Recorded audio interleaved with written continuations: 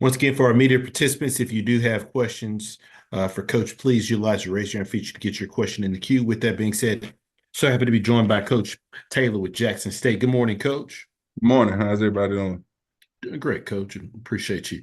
Coach, as always, we appreciate your time on these calls. Coach, obviously this past week, a bye week for the Tigers program. So if you could just start us out just kind of assessing this past week for your program. Yeah, it was good to get the bye week. I thought it fell at a good time for us, give us some time, allowed us some time to heal.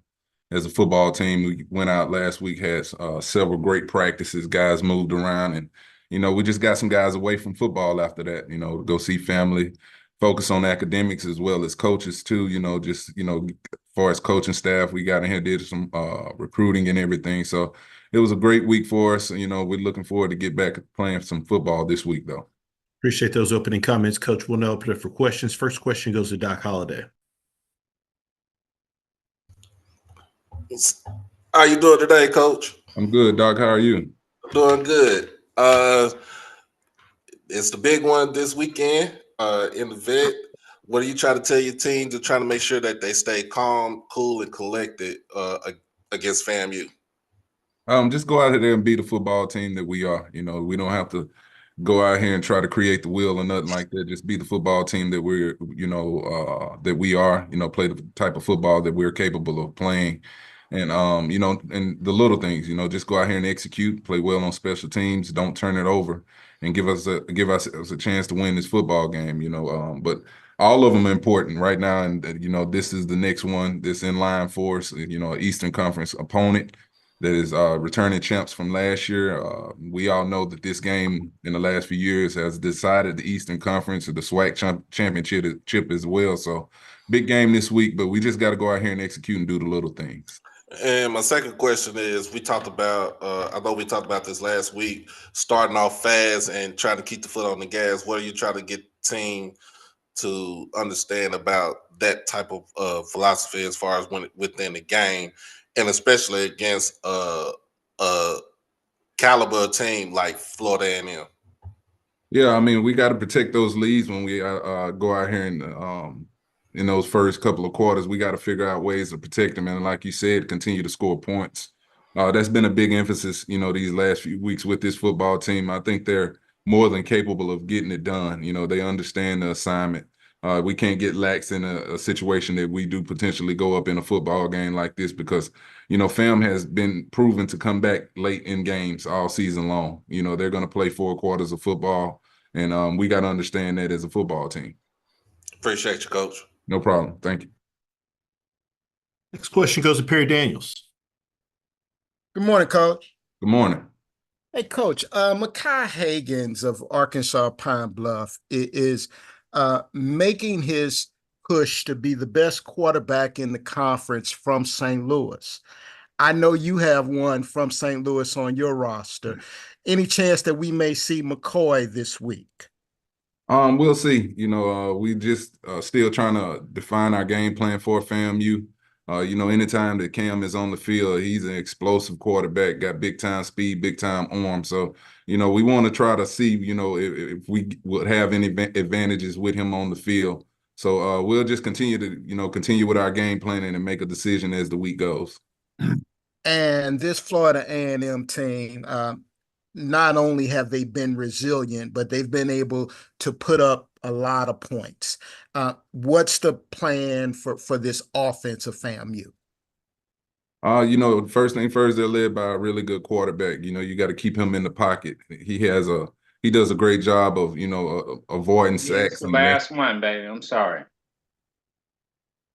Of avoiding sacks and, extending plays. Very explosive at the receiver position. They got some guys that can really run. So we just got to get the tackle guys and get them on the turf and get off the field on third down. That's going to be a big emphasis for us. They got some tight ends that can really play, 3 guys that got great size as well, some big running backs. So we got to tackle these guys, get off the field on third down, and give ourselves a chance. Thank you, Coach. Good luck. Thank you. Next question goes to Keith Hadley. Hey, Coach. Good morning. Still morning. Yeah, still morning where you are. My question is in regards to your secondary, and as you mentioned, FAMU's receivers and tight ends have been a big part of this offense. Do you have any concerns regarding your secondary and their ability to potentially contain some of these athletes that are at the skill positions for Florida A&M? No, not really. They're a group that's got some age to them. The situation with them is just that we've been playing with these big leads and making these offenses that we're facing one dimensional.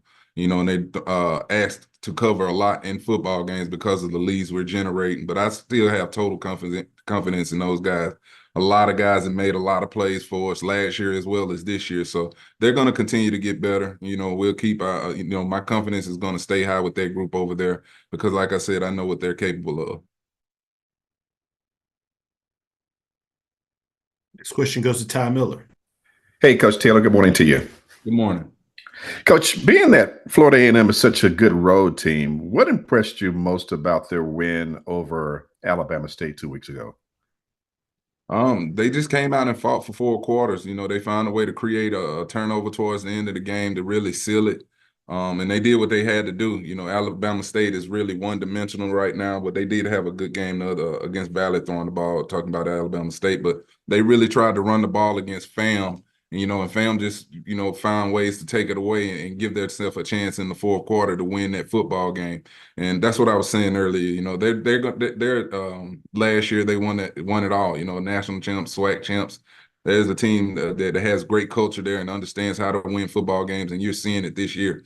We can't go out and play the 1st and 2nd quarter and not show up in the 2nd half against this football team, or we're going to lose the football game. We got to play 4 quarters of football going into this weekend.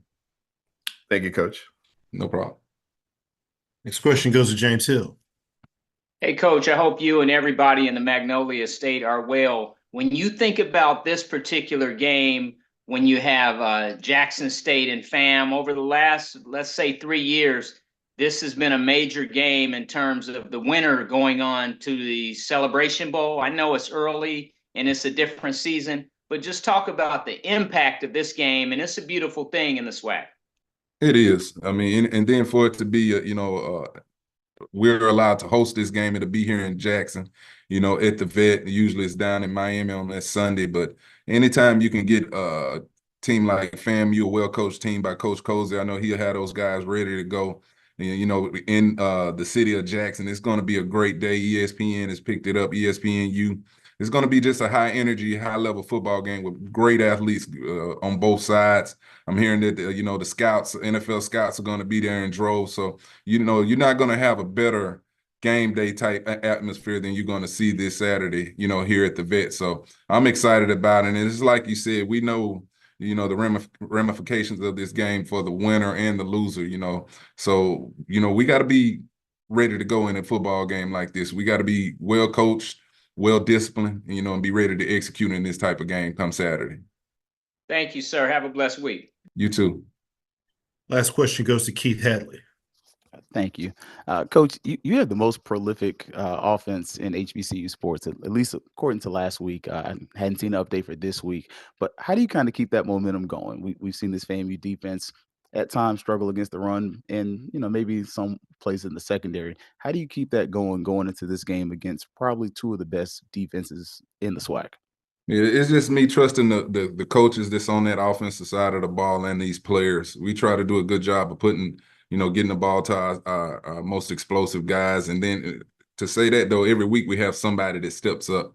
Our offensive line is doing a great job. I'm so proud of all those guys, what Coach Manny has been doing with them. So, and we're out there having fun. Anytime you're scoring points and you're scoring fast, we're having fun. Our defense sometimes don't like it because they're on the field so much, but we're having fun as an offense right now. And that's what we're going to continue to do. We got some great running backs, a couple guys that can play quarterback. Our offensive line is good. Some receivers that can go down the field and catch the ball. It's up to us as coaches to get in here, scheme up these teams that we're playing and try to get our guys in the best situations as possible. And that's what you've been seeing the last few weeks. Well, this season.